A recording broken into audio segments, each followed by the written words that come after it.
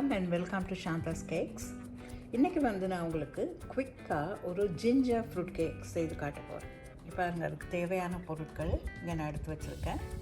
முக்கியமான பொருள் ஜிஞ்சர், இஞ்சி, அதாவது ப்ரிசர்வ் பண்ண இஞ்சி எடுத்துருக்கேன். அப்புறம் ரைசின்ஸ், இதில் கொஞ்சம் மைதா மாவு, இது ஸ்ட்ராபெரி ஜாம், லெமன் ஜூஸ், அப்புறம் செமலினா. இது பாருங்கள், இது butter cake mixture. So butter cake மிக்ஸ்சரை வச்சு எப்படி ஒரு ஜிஞ்சர் கேக் செய்யலான்றது நான் இப்போ செய்து காட்ட போகிறேன். நீங்கள் கேக் செய்கிறப்போ உங்களுக்கு கேக் மிக்ஸ்சர் கொஞ்சம் மீதமாக இருந்தால் அதை எப்படி இன்னொரு கேக்காக கன்வெர்ட் பண்ணலான்றதுக்கு இது ஒரு ஐடியா.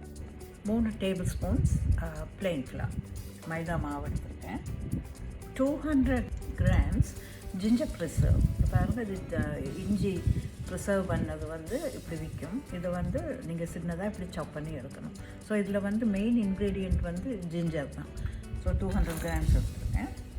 ரைசின்ஸ், அதுவும் ஒரு 200 கிராம்ஸ் எடுத்துருக்கேன். கொஞ்சம் இப்படி மிக்ஸ் பண்ணிக்கிறேன். லெமன் துருவல், தோல் துருவல், இதில் ஒரு 1.5 டேபிள் ஸ்பூன்ஸ் எடுத்துருக்கேன். ஜாம் இதில் 4 டேபிள் ஸ்பூன்ஸ் எடுத்துருக்கேன். ஸ்ட்ராபெரி ஜாம், அப்படி ஸ்ட்ராபெரி ஜாம் இல்லைன்னா மிக்ஸ்ட் ஃப்ரூட் ஜாம் யூஸ் பண்ணலாம்.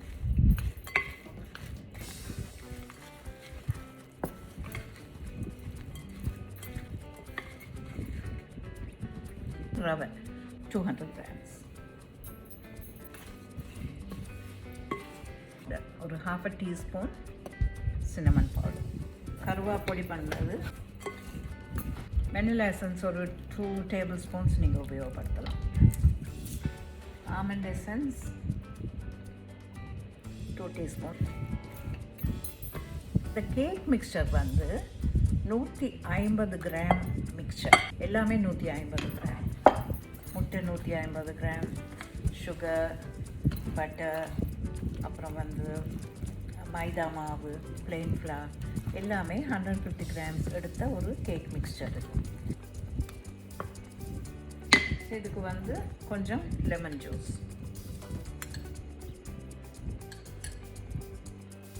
ஒரு 4 டீஸ்பூன்.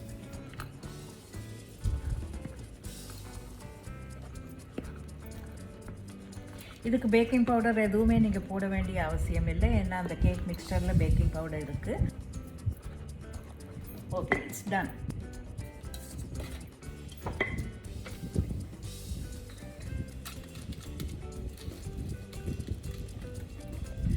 இது 7 இன்ச் டயமீட்டர், 7 இன்ச்சஸ் டயமீட்டர் விட்ட முடிய ஒரு கேக் டின். இது பாருங்கள், சரியாக இருக்குது, இதுக்கு அளவாக இருக்குது.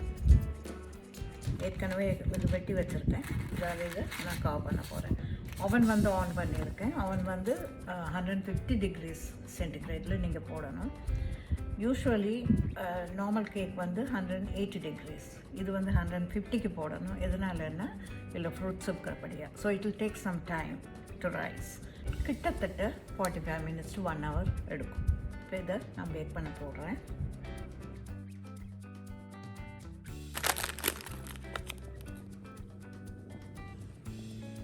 கேக் நல்லா பேக்காகி இருக்கு பாருங்கள். ஜிஞ்சர் ஃப்ரூட் கேக் அருமையாக வந்திருக்கு பாருங்கள். வெட்டி பார்க்கலாம்.